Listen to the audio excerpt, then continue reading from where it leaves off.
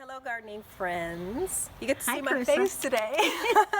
My friend Care is my camera person today, so we're going to go through and do another walkthrough, but this time you get to see me in addition to the plants.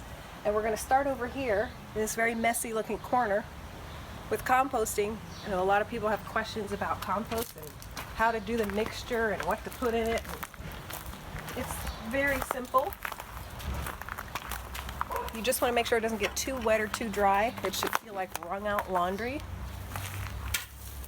And this stuff has been sitting here for a while, but it's still very carboniferous. I mean, it's a source of carbon. So I just put a big old blob like that. Where did you get that? You get it free from arborists. You can sign up on Chip Drop and they'll come by your house whenever they have a load and dump it. Or we have a hookup on our gardening page. She will hook you up. She knows arborists that live work probably less than 2 miles from here, and those guys just came and dropped that for us so we didn't have to go through Chip Drop. And that's where you get free wood chips. And really, you could use sawdust, shredded paper, anything that's already dried out and pale in color. So I've already put 2 other forks worth of wood chips in there. These wood chips are starting to break down, so I'm taking that into consideration. I just mowed the lawn this morning, so these are fresh, moist, and green, so these count as nitrogen. Just put them in there. Maybe that. With this mixture, 2 or 3 parts of carbon that's at this point breaking down with 1 part grass clippings is a good mix.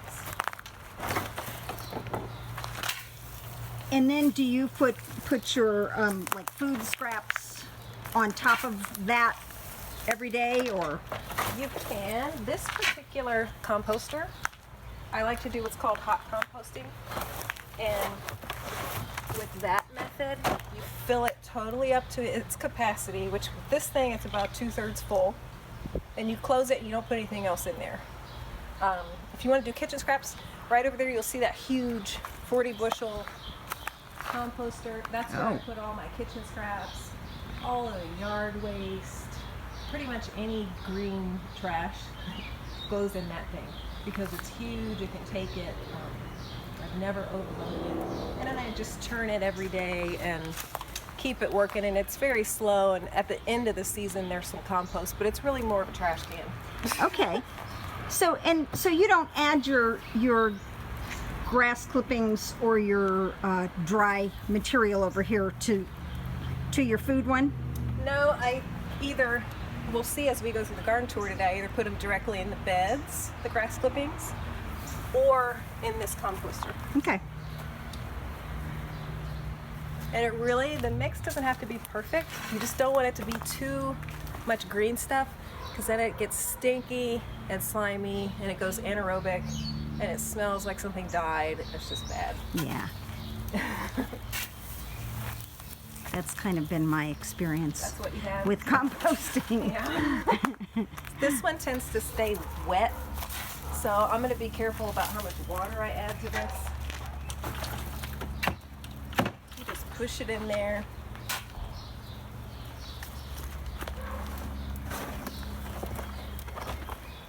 I think that's pretty good because you don't want to fill it full or else it can't can't aerate. And that's another issue. If your compost gets stinky and slimy, it might not have enough air because you're not turning it. Got it.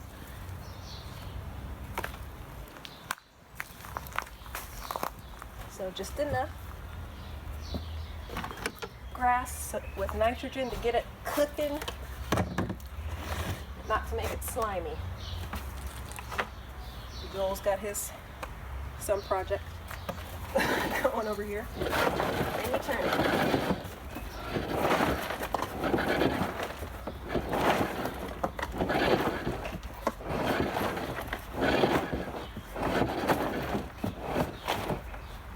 And then it looks like this.